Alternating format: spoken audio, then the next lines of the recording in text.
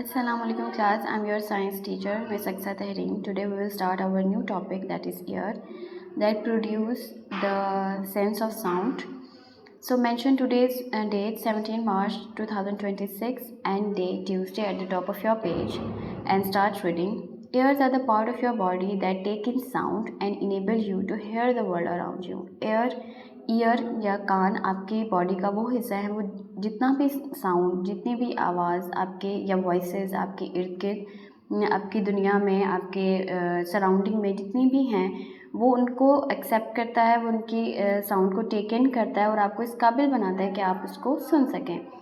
They also help you to balance, कि आपको balance, आपकी बॉडी का जो बैलेंस होता है उसको मेंटेन करने में ये हेल्प करता है. The 3 smallest bones in the human body are in the ear. आपकी बॉडी में, फुल बॉडी स्ट्रक्चर में जितनी भी बोन्स हैं, उनमें जो स्मॉलेस्ट बोन्स हैं वो आपकी एयर में प्रेजेंट होती हैं. These are the hammer, the anvil and the stirrup. आप काइंडली इन बोन्स को आप लोगों ने हाईलाइट करना है. उन 3 स्मॉलेस्ट बोन्स के नेम क्या है? Hammer, anvil and stirrup. And mention it as labeling number 2. And you will also highlight these points as well: outer ear, middle ear, inner ear, and then in outer ear there is stirrup, inwheel and hammer. So class, come here at the yellow section of your book page. Human has 3 hair. Human has 3 main sections: the outer ear, the middle ear and the inner ear. You can see that in the drawing, in the labeling. Outer ear, middle ear, that is your middle ear, and it is your inner ear. Okay, the outer ear collects sound as it passes by the ear. हमारी जितनी भी sounds हैं वो हमारा outer ear क्या करता है, उसको यहाँ से वो collect करता है, और वो यहाँ से जब sound हम सुनते हैं अपने कान से, वहाँ से फिर क्या करता है वो the sound that makes it ways to the middle ear where it hits the eardrum. यहाँ से हम सुनेंगे आवाज़ अपने कान से, और वो यहाँ से ट्रैवल होते हुए, मिडल एयर से ट्रैवल होते हुए ये आपका एयर ड्रम है. एयर ड्रम को हम उर्दू में कान का पर्दा भी कहते हैं. जितना भी साउंड है वो एयर ड्रम पर जाकर क्या करेगा? हिट करेगा.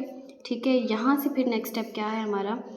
The ear drum turns the sound into vibration. यही एयर ड्रम आपके उस साउंड को क्या करता है? वाइब्रेशंस में, इस तरह वाइब्रेशन में क्या करता है? चेंज कर देता है.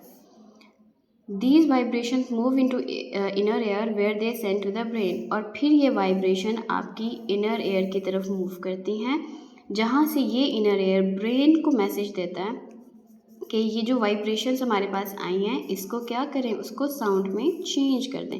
हम इसको सिंपलर वे में अभी रीड करते हैं. Look at this flow chart.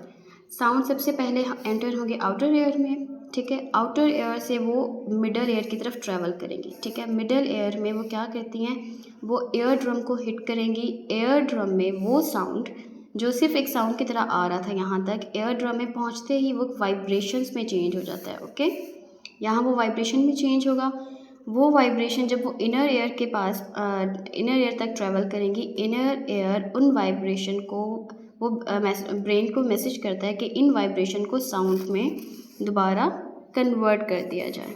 ठीक है, साउंड एंटर होगा आउटर एयर में, देन मिडल एयर में, and then it will hit the ear drum, and ear drum will change the sound into vibrations, and then these vibration will move to inner ear, and inner ear will message to the brain to convert these vibrations into sound. Then come here. Your ears continue to hear sounds when you are asleep. This is so that your body can react if it sense danger.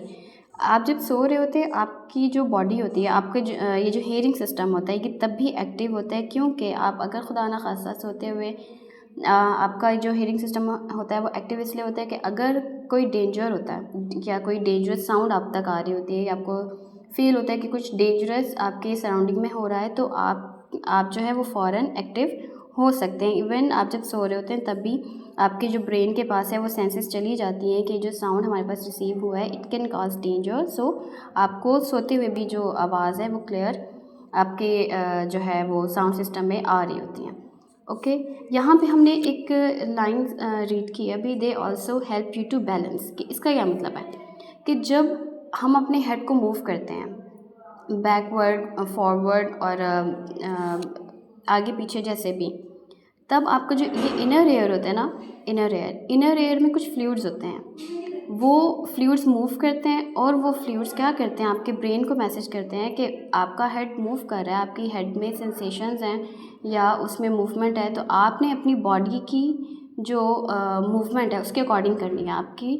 आपने अपना balance नहीं खोना अगर आपका hair move भी कर रहा है, ठीक है। अगर हमारा ये बैलेंस सिस्टम, अगर किसी भी इंसान का हीयरिंग सिस्टम लो होता है ना, तो उसका बैलेंस भी बॉडी का लो होगा, ओके। ये बात याद रखिएगा, आपका जो हीयरिंग सिस्टम है वो आपके बैलेंस को, वो बहुत ज़्यादा उसको इफ़ेक्ट करता है, okay. Thank you so much. अगर ये टॉपिक अगर आपको मुश्किल लगता है, you can contact me on my WhatsApp message and इंशाल्लाह मैं इसको कल दोबारा रिवाइज कर दूँगी अगर ये कहीं से भी आपको मुश्किल लग रहा है। Next day we will write these 2 questions इंशाल्लाह। Thank you so much.